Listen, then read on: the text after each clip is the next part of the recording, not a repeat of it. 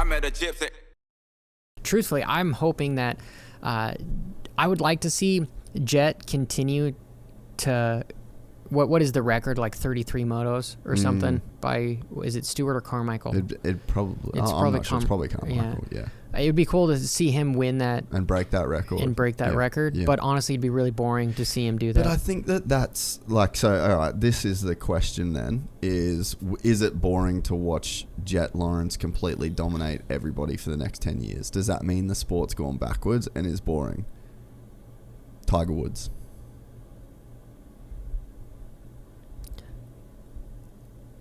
That's a difficult one to answer. If I'm being biased about it, I think it's kind of boring. I think it's kind of boring because... So what happened when Tiger Woods was doing his thing? I don't know. You tell me, because I'm not a big golf guy. All right. Tiger Woods fucked up everybody for a decade.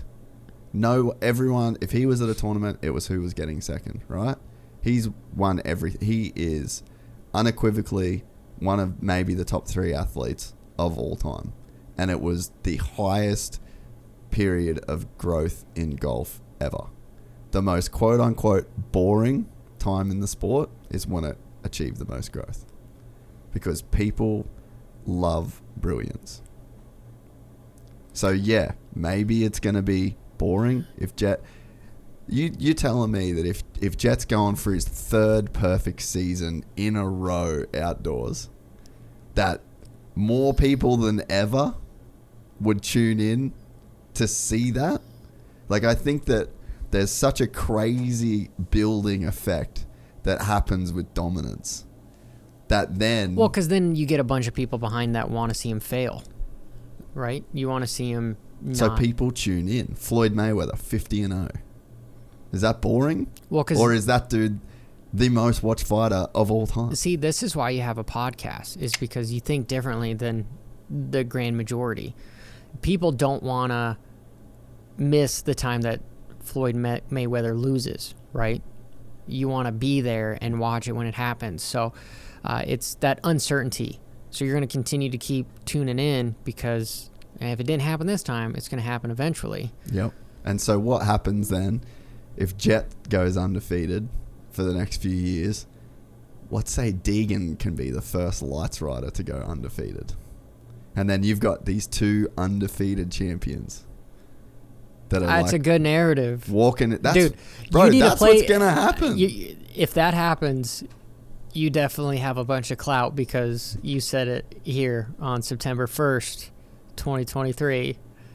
But it's like, so you're telling me then, let's play that scenario out.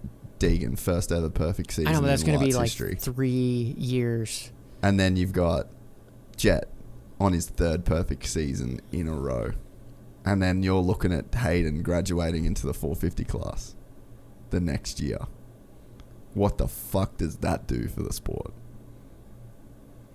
Boring? Gnarly, dude. But in the present moment, watching the races... But it all builds. But you are right. It all builds. It's building. Right. Building. It's not instant gratification. It's like a long-term gratification. As you're watching it, there's going to be a lot of boring moments, because it's going to be a battle for second, right? But there's going to get to a point where it's the Super Bowl. I think that's what the sport's been missing for so long, and it's nice to have the Super Motocross stuff. And I'm still bummed that Vegas has got that new stadium. Why can't Feld figure out a deal to have the new stadium for Vegas, for Supercross? The finale should always be in Vegas. It shouldn't be Utah. Yeah, I agree. Right? Like the Utah pays though. Do you know that? I did not know that. Yeah. No. That's kind of the thing too. I think that's the argument as well. So this is me wanting you to have a media pass. That's the argument for you having a media pass, and you going to the races, or being a little bit more like quote unquote accepted. Yeah. Is like, if you make that call, right? But I know that the Utah Athletic Commission and Salt Lake City, they pay Supercross to go there. That's why it's there. So it's like simple. So, in terms of that kind of knowledge can make your content better in a sense, because it's like, why don't they go to Vegas? Money. Yeah, it's a simple deal. Yeah, it's literally that easy. And if they didn't, say it's $1 million, $2 million, say that they can, they might need that million. That might be fucking huge for them, is to have that $1 million. Why aren't there less races? Why is there still 31 races? That's what Peacock wanted.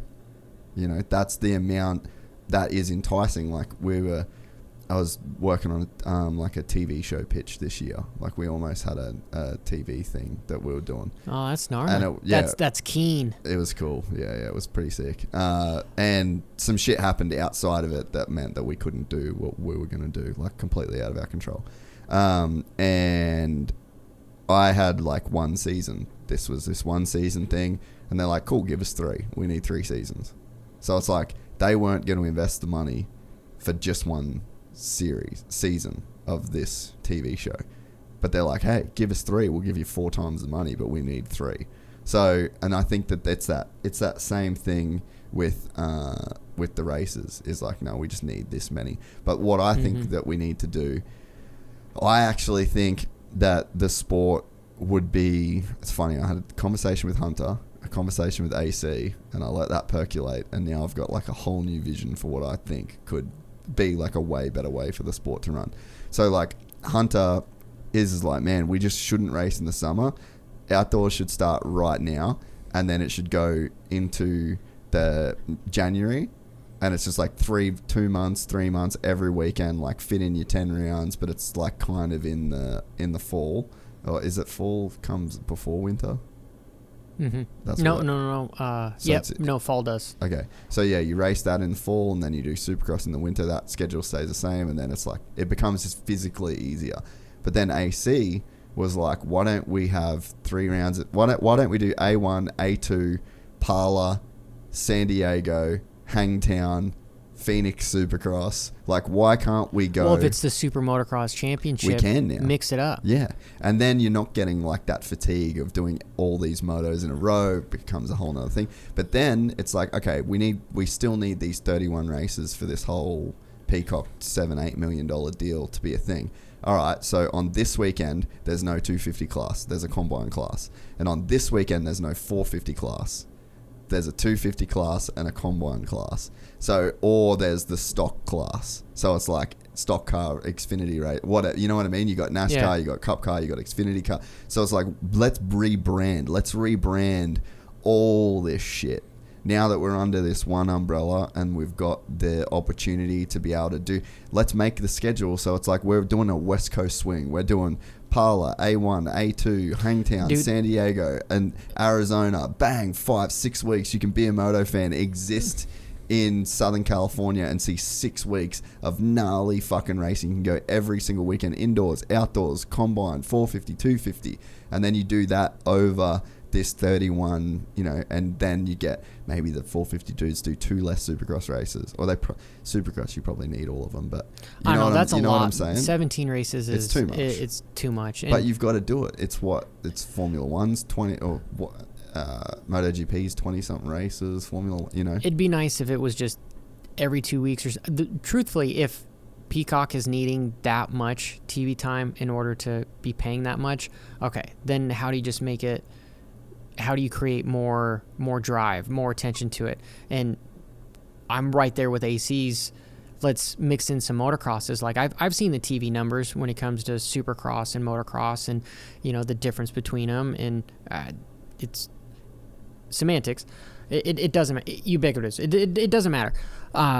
If you want to have Hangtown be as hyped or any kind of motocross, yeah, dude, put it in between 2 fucking massive Supercross races. Yeah, dude, you'd probably have 10 times the amount of viewers. Yeah. Maybe not that much, but at least twice as many viewers that are wait, okay, so Tomac is owning Supercross. Who's going to change the narrative and win this one off race, you know? And then maybe throw in a hybrid round in there if you needed 100%. It, where it's kind of the Supercross and motocross, where these guys are literally riding different bikes, different weekends. I think that is an amazing idea.